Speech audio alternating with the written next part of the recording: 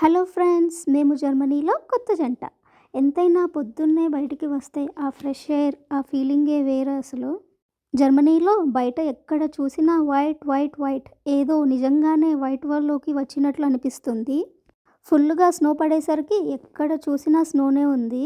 ఇంత చలిలో కూడా వీళ్ళు ఎలా సైకిల్ తొక్కుతారో అర్థమే కాదు.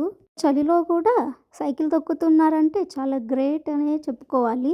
పొద్దున్నే అయ్యేసరికి ట్రైన్స్ అన్నీ ఈరోజు ఖాళీగానే ఉన్నాయి. మేబీ స్నో మహిమ అనుకుంటా. మేము ఎక్కాల్సిన ట్రైన్ ఇంకో 2 మినిట్స్‌లో ఉంది. దట్ టూ వేరే ప్లాట్‌ఫామ్‌లో. అందుకే ఫాస్ట్‌గా వెళ్తున్నాం ట్రైన్ ఎక్కడానికి. ఈ స్టేషన్ పేరొచ్చేసి గెజున్బ్రున్నెన్. ఆల్మోస్ట్ ఇక్కడ దగ్గరగా 10 ప్లాట్‌ఫామ్స్ అయితే ఉంటాయి. చాలా పెద్ద స్టేషన్ అని చెప్పుకోవచ్చు.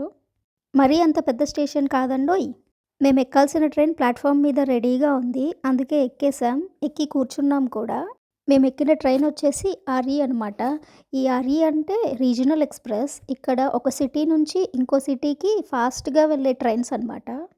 మీకు వీడియోలో కనిపించట్లేదు గానీ సరిగ్గా ట్రైన్ ఎళ్ళే ఫాస్ట్‌నెస్‌కి బయట ఉన్న స్నో మొత్తం పైకి ఎగిసిపడుతుంది. టిఫిన్ చేసే టైం కూడా లేకపోయేసరికి మార్నింగ్ టిఫిన్ బాక్స్‌లో పెట్టుకొని తెచ్చుకున్నా. మధ్యలో ట్రైన్‌లో కూర్చొని తినొచ్చని. ట్రైన్ ఎక్కగానే ఆకలేస్తుందని ఇంక టిఫిన్ తినడం అయితే స్టార్ట్ చేసేసాను. నా బ్రేక్‌ఫాస్ట్ అయిపోయేసరికి మేము దిగాల్సిన స్టాప్ కూడా వచ్చేసింది.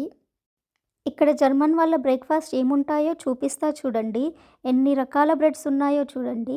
ఇదొచ్చేసి ఫ్రెష్‌గా వీళ్ళే తయారు చేసినవి. కొంచెం కాస్ట్‌లీ కూడా ఉంటాయి. ఇవే గనక మనం లోకల్ సూపర్ మార్కెట్స్‌లో లైక్ కౌఫ్లాండ్, రెవేలో గనక తీసుకుంటే చాలా తక్కువ కాస్ట్‌కే వచ్చేస్తాయి.